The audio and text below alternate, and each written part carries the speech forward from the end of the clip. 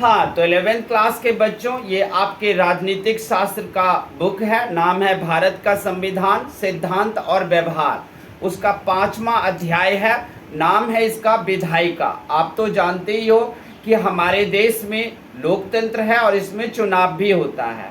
चुनाव में सभी प्रतिनिधि चुनकर मेंबर ऑफ पार्लियामेंट के रूप में ये हमारे संसद भवन में पहुंचते हैं और संसद भवन में पहुंच करके वहां पर देश के लिए कार्य करते हैं। तो संसद में चुनकर जितने प्रतिनिधि पहुंचते हैं उन्हें ही हम विधायिका कहते हैं। याद रहेगा, उन्हें ही हम विधायिका कहते हैं। अगर आप इस अध्याय को पढ़ लेते हो तो आपको कई बातें समझने को मिल जाएगा, जैसे विधायिका का क्या महत्व है, संसद के कार्य और शक्तियां क्या है, कानून कैसे बनता है, संसद कार्यपालिका को कैसे नियंत्रित करती है, संसद अपने ऊपर नियंत्रण कैसे रखती है। तो हम इसे बारी बारी से पांचों पॉइंट्स को हम समझेंगे। पहला हमें ये देखना है कि विधायिका क्या है। तो विधायिका संसद भवन में पहुंचे सभी प्रतिनिधि विधायिका कहलाते हैं और वो देश के लिए काम करते हैं। ओके, अब बारी आती है आपका, हमें संसद क्यों चाहिए। देखो, बिल्कुल आप देखते हो कि हमें संसद क्यों चाहिए। तो आप देखो कि हमारे देश में 150 करोड़ आबादी है। क्या 150 के 150 करोड़ आबादी शासन चलाने में भागीदारी कर सकते हैं? नहीं। क्या सभी जनता पाकिस्तान, अमेरिका, अन्य देशों से जब विदेश नीति अपनाए जाएंगे तो क्या विदेश नीति के टाइम में वो अमेरिका या अन्य देशों से जनता बात करेगी? नहीं करेगी। आप देखते हो हमारे घर में भी एक किचन होता है, तो हम संसद भवन को किचन कह सकते हैं हम अपना, क्योंकि किचन में हमारे लिए भोजन तैयार किया जाता है और उस भोजन से हमें ऊर्जा मिलती है और हम कार्य करते हैं। उसी तरीके से संसद भवन में हमें ऊर्जा मिलती है, वहां पर कानून तैयार होते हैं, तरक्की के और अन्य तरह के विकास के नीति अपनाए जाते हैं और उससे हम आगे बढ़ते हैं, हमारा देश आगे बढ़ता है। तो इसलिए हमें संसद चाहिए। संसद के बिना हमारे देश का कोई कार्य ही नहीं होगा। अगर आपको के पास संसद है तो वहाँ पर विधेयक पास होगा, बिल पास होगा, हो सकता है कानून में अमेंडमेंट हो, यानी कि संशोधन हो, ये सारे कार्य वहाँ पर किए जाते हैं। और अगर संसद भवन नहीं होगा तो ये गांव का चौपाल थोड़ी ना कि गांव के सारे लोग वहाँ पहुँच जाएंगे और आपस में बातचीत करके और किसी फैसले पर पहुँच जाएंगे। ऐसा तो नहीं है। हम क्या करेंगे, ये देश है, 150 करोड़ आबादी है, कोई भी देश हो, हर एक जनता शासन में भागीदारी नहीं कर सकता। और कहा जाए तो जनता ही शासन में भागीदारी करते हैं। वो खुद नहीं आए हैं ना, लेकिन वो चुनकर तो भेजे हैं ना, तो फिर भागीदारी जनता ही कर रही है क्योंकि उनके ही चुने हुए प्रतिनिधि है। आप अपना किचन ही ले लो, तो आप अपने किचन में क्या करते हो? या तो आप अपने खुद खाना बनाने जाओगे, अगर खाना बनाने नहीं जाओगे तो कोई रसोईया भेजोगे, उसके लिए कुक रखोगे अपने यहाँ पर। तो यही होता है। हमने संसद भवन में एमपी के रूप में जनप्रतिनिधि रखे हैं और वो हमारे लिए कुक है, रसोईया है। उन्हें हमारी सारी जरूरतें, हमारी सारी बातें उन्हें पता है। और एक बात कि इस चैप्टर को हम एक क्लास में नहीं पढ़ा सकते, आप उसे तोड़ तोड़ करके समझ सकते हो। इसलिए हम इसमें आप लोगों को छोटे छोटे वीडियो ही बनाकर देंगे हर टॉपिक पर। जैसे ये चैप्टर तो विधायिका है, लेकिन इसका मुख्य उद्देश्य पहले बताना कि संसद हमें क्यों चाहिए। तो क्या बच्चे आप लोग समझ गए हैं कि संसद हमें क्यों चाहिए? ठीक है।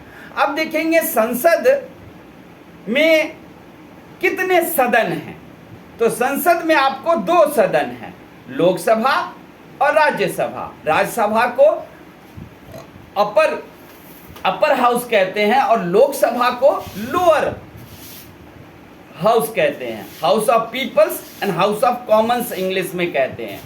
तो संसद में दो सदन होते हैं, राज्यसभा और लोकसभा। ध्यान रखना, लोकसभा के जो सदस्य हैं उसको हम और आप मिलकर जो भी वयस्क मताधिकार के अंतर्गत आते हैं वो लोग चुनते हैं, लेकिन राज्यसभा को हम लोग नहीं चुनते हैं। राज्यसभा को चुनने के लिए हमारे देश के एमपी और पूरे देश के जो विधानसभा, विधान परिषद, उन सब के सदस्य मिलकर भाग लेते हैं और तब जाकर राज्यसभा के सदस्यों को चुना जाता है। इनके लिए कोई इलेक्शन नहीं होता है। लोकसभा में 545 सीटें हैं, तो आपको पता है कि 543 को हम चुनते हैं और 2 को राष्ट्रपति जी पदेन सदस्य के रूप में भेजते हैं। इसके अलावा राज्यसभा में 250 सीटें होती है। लोकसभा का कार्यकाल 5 साल का होता है, जबकि राज्यसभा का कार्यकाल 6 साल का होता है, लेकिन हर एक 3 साल पर 2/3 सदस्य राज्यसभा के बदल दिए जाते हैं, ताकि पूरी तरीके से वहाँ पर में बैलेंस बनी रहे और कोई किसी भी तरह का पक्षपात ना हो। तो राज्यसभा भी आप समझ गए, लोकसभा भी समझ गए। अब प्रश्न उठता है कि लोकसभा का कार्य क्या है और राज्यसभा का क्या कार्य है। लोकसभा का कार्य है कानून बनाना, विधेयक लाना, बिल पास करना, लेकिन अकेले लोकसभा इसे पास नहीं कर सकता। इसे पहले अपने यहाँ विधेयक या बिल लाकर, चाहे वो कोई भी विधेयक या बिल हो, संशोधन विधेयक हो, वित्त विधेयक हो या किसी भी तरह का कानून विधेयक हो, वो सब लाएंगे। उसे ला करके और फिर वो बहस करेंगे आपस में, फिर वोटिंग करेंगे। जब उनको 2/3 वोटिंग मिल जाएगी तो वह लोकसभा से वो पास हो गया वो फाइल, वो विधेयक, फिर जाएगा वो राज्यसभा में और राज्यसभा के सदस्य उसी पर बहस करेंगे और अगर देखते हैं कि ये बिल या विधेयक सही नहीं है तो वो उसे वापस लोकसभा को लौटा सकते हैं, लेकिन एक बार ही वो लौटा सकते हैं। और दूसरी बात, किसी भी बिल या विधेयक को राज्यसभा सिर्फ 14 दिन तक ही रख सकते हैं और अगर उसमें त्रुटि है तो वो लोकसभा को वापस भेज सकते हैं। आप तो जानती हो लोकसभा में तो हमारे देश में बाहुबली भी चुने जाते हैं, कभी कभी लुच्चे लफंगे सबको चुन लिया जाता है, लेकिन राज्यसभा में देश के बेहतरीन दिमाग वाले और बेहतरीन सुप्रसिद्ध लोग सब होते हैं, वो त्रुटि ढूंढ लेते हैं और लोकसभा को वापस भेजेंगे। लेकिन अगर लोकसभा उस त्रुटियों को दूर ना करे और सीधा सीधा वैसे ही वापस फिर से भेज दे राज्यसभा के पास, तो इस बार राज्यसभा को उस बिल पर हस्ताक्षर करना पड़ेगा। तो इसीलिए कभी कभी आलोचना होती है हमारे लोकतंत्र की और हमारे संसद की कि भाई जब लोकसभा मनमानी कर ही लेगा तो राज्यसभा बनाने की क्या जरूरत थी, जरूरत ही नहीं थी। लेकिन जरा सोचो, इसकी जरूरत थी। लोकसभा तो जनता के प्रतिनिधि है ना, चलना तो सच में उसी का चाहिए, चाहे वो बाहुबली हो, कोई अपराधी चुन लिया जाए, कोई जेल में बैठा हुआ अपराधी है, चुनाव लड़ता है और वो जीत जाता है। दुनिया में सब जानते हैं ये बाहुबली है, डॉन है, चुनाव लड़ता है और जीत जाता है। कुछ भी हो, वो जनता की आवाज लेकर आया है ना, चाहे वो अपराधी हो या बाहुबली हो, चलना तो उसी का चाहिए। राज्यसभा के सदस्य जी, आपने कोई जनता की आवाज लेकर नहीं आए हो, आप जनता की आवाज नहीं हो, आप जनता के बीच में जाकर उसकी समस्याओं को सुनकर वोट पाकर और जीतकर नहीं आए हो। समझ रहे हैं बात को? तो चलनी तो चाहिए लोकसभा की, लेकिन राज्यसभा की तब जरूरत क्या है? हो सकता है जबरदस्ती हस्ताक्षर लोकसभा करा ले, लेकिन राज्यसभा के सदस्य एक दिन राज्यसभा से तो बाहर आएंगे और उसमें ज्यादातर लेखक, संपादक ये सब होते हैं, तो फिर वो क्या करेंगे? के मैगजीन वैगजीन या हाँ, पेपर में, मैगजीन में, अन्य जगहों पर वो उस बात को लिखेंगे, वर्णन करेंगे, किसी इंटरव्यू में बताएंगे कि वो बिल विधेयक गलत था, लेकिन लोकसभा वालों ने हम लोगों से जबरदस्ती हस्ताक्षर करा लिए, तो लोकसभा की थू थू तो हो ही जाएगी। और अगली बार क्या होगा? अच्छे से उसको अगली बार जो है वो लोकसभा के सदस्य सब चुनाव में मुंह की खाएंगे और उनको पता चल जाएगा कि क्या हुआ है। तो ठीक है, अब लोकसभा भी समझ गए आप, राज्यसभा भी समझ गए। लोकसभा की चलती है, लोकसभा राज्यसभा से पास हो जाए तो वो विधेयक कहाँ चली जाएगी? राष्ट्रपति के पास। राष्ट्रपति के हस्ताक्षर करेंगे, अगर उन्हें भी त्रुटि लगता है तो वो भी एक बार लौटा सकते हैं, लेकिन अगर हूबहू वापस फिर से लोकसभा बिना त्रुटि दूर किए हुए फिर से भेज देते हैं राष्ट्रपति जी को, तो इस बार राष्ट्रपति जी को हस्ताक्षर करना पड़ेगा, क्योंकि राष्ट्रपति जी भी जनता के प्रतिनिधि नहीं हैं, वो भी जनता में से चुनकर नहीं आए हैं। और बात भी सही है, चलनी तो चाहिए लोकसभा की ही, क्योंकि लोकसभा के प्रतिनिधि जो हैं वही जनता की दर्द को उनके बीच जाकर सुने हैं और तब वो यहाँ आए हैं, तो डेफिनेटली उनकी चलनी चाहिए। अब प्रश्न उठता है संसद करती क्या है? तो संसद कानून बनाती है, संसद विधेयक बिल पास करती है, पॉइंट नोट करते जाना। संसद कार्यपालिका पर नियंत्रण करती है, क्योंकि कार्यपालिका अगर जबरदस्ती यानी कि पुलिस विभाग, नगर निगम, नगर पालिका ये सब अगर गलत करने लगे तो उस पर कानून बनाकर विधायिका संसद उसे कंट्रोल करेगी, नियंत्रण करेगी। विधायिका और संसद एक ही बात है, एक ही पर्यायवाची शब्द आप कह सकते हो। जितने भी देश के वित्तीय कार्य हैं वो भी कौन देखता है? संसद के ही कार्य हैं। संसद में जितने भी प्रतिनिधि चुनकर आते हैं वो बैठते हैं। संसद में निर्वाचन संबंधी, चुनाव संबंधी अगर कोई बदलाव करना हो तो चुनाव विधेयक लाकर वो उसमें भी बदलाव किया जाता है।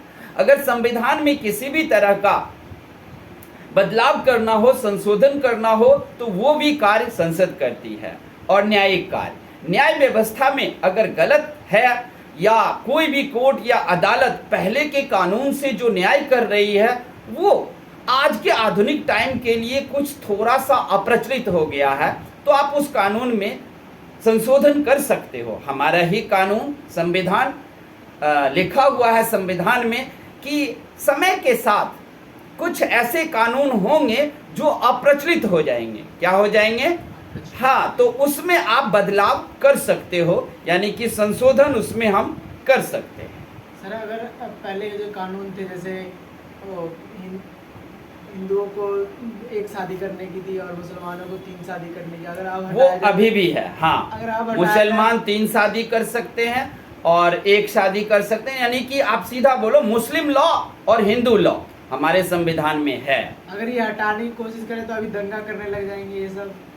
अब इस बात की आपको पढ़ाई में नहीं कराया जाएगा, आपको क्लासरूम में इसकी शिक्षा नहीं दी जाएगी कि अगर किसी भी तरह का हम संशोधन करते हैं संविधान में, लोकसभा करती है, संसद अगर संशोधन करती है तो उस पर कुछ लोग आकर दंगे करने लगेंगे, आंदोलन और सड़कों पर उतरेंगे, वो आगजनी करेंगे, तोड़फोड़ करेंगे। इस चीज का आपको क्लास के अंदर शिक्षा नहीं दी जाएगी, उन्हें नहीं करना चाहिए। सर अगर तोड़ फाड़ करते हैं तो इसके पीछे क्या एक्शन लिया जाना चाहिए? कोई एक्शन नहीं ले सकते, वो जनता है, इसका कोई कानून नहीं है। क्यों कानून होगा? जनता है, लोकतंत्र में है। सर लोकतंत्र में जनता को वो पसंद नहीं है तो आप मत करो संशोधन। सर जब ये किसान आंदोलन हुआ था, पूरा लाल किला घेर के बैठ गए थे, इसके ऊपर खालिस्तानी झंडा फहरा रहे थे लाल किला के ऊपर। सर ये सही था? सिर्फ पंजाब में बिल्कुल सही नहीं था। सर पंजाब में सिर्फ सिख थोड़ी ना, और भी तो राज्य में सिख है, और राज्य के सिख सब क्यों? बिल्कुल सही नहीं था, लेकिन वो तो जनता है ना, वो तो जनता है ना, जनता कुछ भी कर सकती है। लोकतंत्र में जनता के हाथ में है, अगर उसे कुछ पसंद नहीं है तो वो आंदोलन कर सकती है। जनता ने किया है, आपको कहीं पर में कोई सेना या विदेशी चीजें नहीं की है।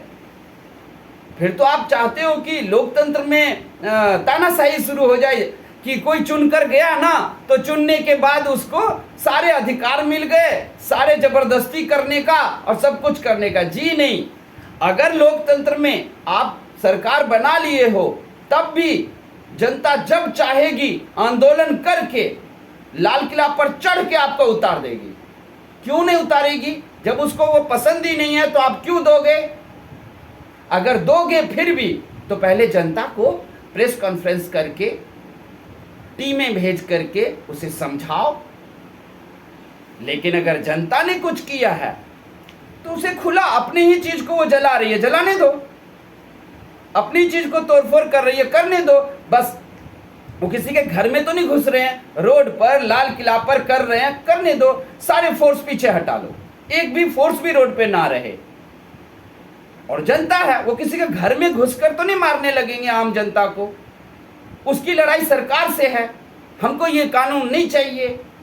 तो सर शांतिपूर्ण आंदोलन होना चाहिए ना। पर सर ये दंगाई क्या हो जाते हैं? दंगाई तो ये सीधा कभी कभी दंगाई हो जाते, कभी कभी शांतिपूर्ण भी होता है। ये जनता को नहीं करना सर चाहिए। ये दंगाई हो गई, इसी वजह से अरे तो बोला तो ये जनता को नहीं करना चाहिए, लेकिन वो करती है। लेकिन इसका कोई भी दवाई और कोई इलाज नहीं है। आप कोई दवाई या इलाज नहीं कर सकते। जनता को आप गोलियों से भून दो, ये कर दो, ये नहीं कर सकते। जनता की गलती है। आप प्रेस में जाइए, अखबार में छापिए जनता कैसे कर रही है। ये नहीं हो सकता। अब आप देखोगे राज्यसभा, लोकसभा सबके संसद हो गया। संसद कानून कैसे बनाती है?